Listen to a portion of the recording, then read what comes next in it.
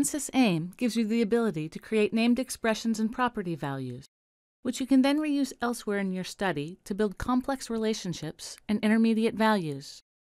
In this demonstration, you'll learn first how to create named expressions and named values, and then how to use them to define other expressions.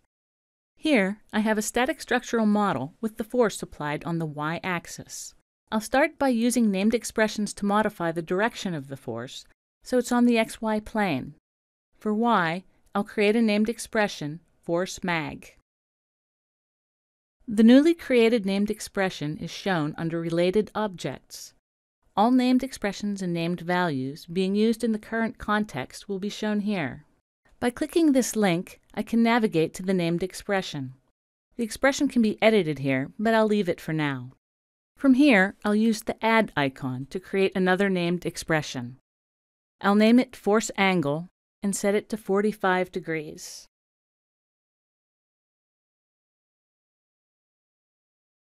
Back in the named expression table, I can see that force angle has been added. If I open the force magnitude object, down here, I can see that Related Objects shows the reverse relationship, the boundary condition force 1, which uses the expression. Now, I'll return to force 1. I'll use the named expressions I've already created to define two new expressions for the x and y force 1 components.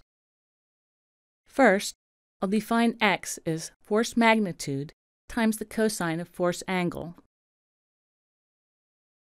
Next, I'll define y as force magnitude times the sine of force angle. Now, I want to name the expressions I just created, so I can track the x and y components. For x, I'll use the menu to create a named expression, fx. For y, I'll create a new named expression, fy. If I go to the named expression table, I can see that the named expressions fx and fy are in use. So, now my two original named expressions, force mag and force angle, have been used to construct two new named expressions, fx and fy. Now, I want to edit one of my other named expressions. Down here, I can see that fx uses two other named expressions.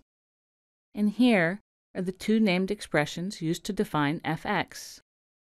I want to change the value of the force angle named expression from 45 degrees to 70 degrees. Because the named expression is an independent object, I can change the expression here. Note that the evaluated value is updated accordingly. Now, if I return to Study and open the named expression table, I can see all four of my named expressions. All named expressions defined in the study will be shown here. Next, I'd like to calculate the total mass using another set of expressions. I'll go to the material, structural steel. I'll need the density to calculate the total mass, so for the density property, I'll create a named expression, my density.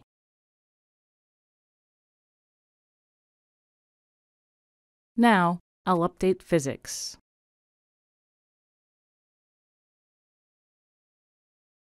Now, I'll go to Results. Here, I have a calculated value called the calculated sum of element volume. I want to multiply the density of structural steel by the volume.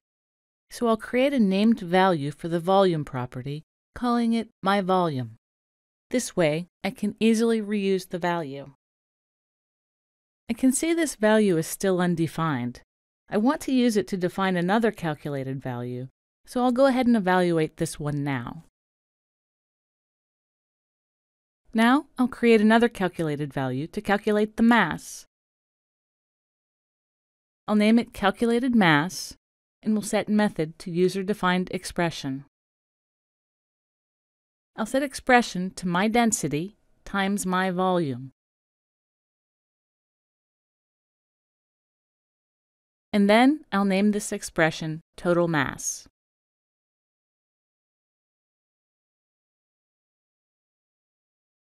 Now I'll update results.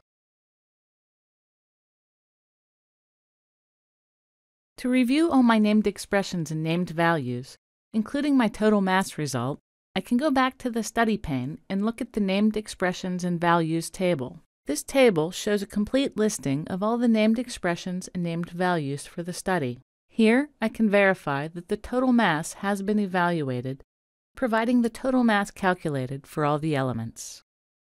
This concludes this demonstration of named expressions and named values in ANSYS AIM.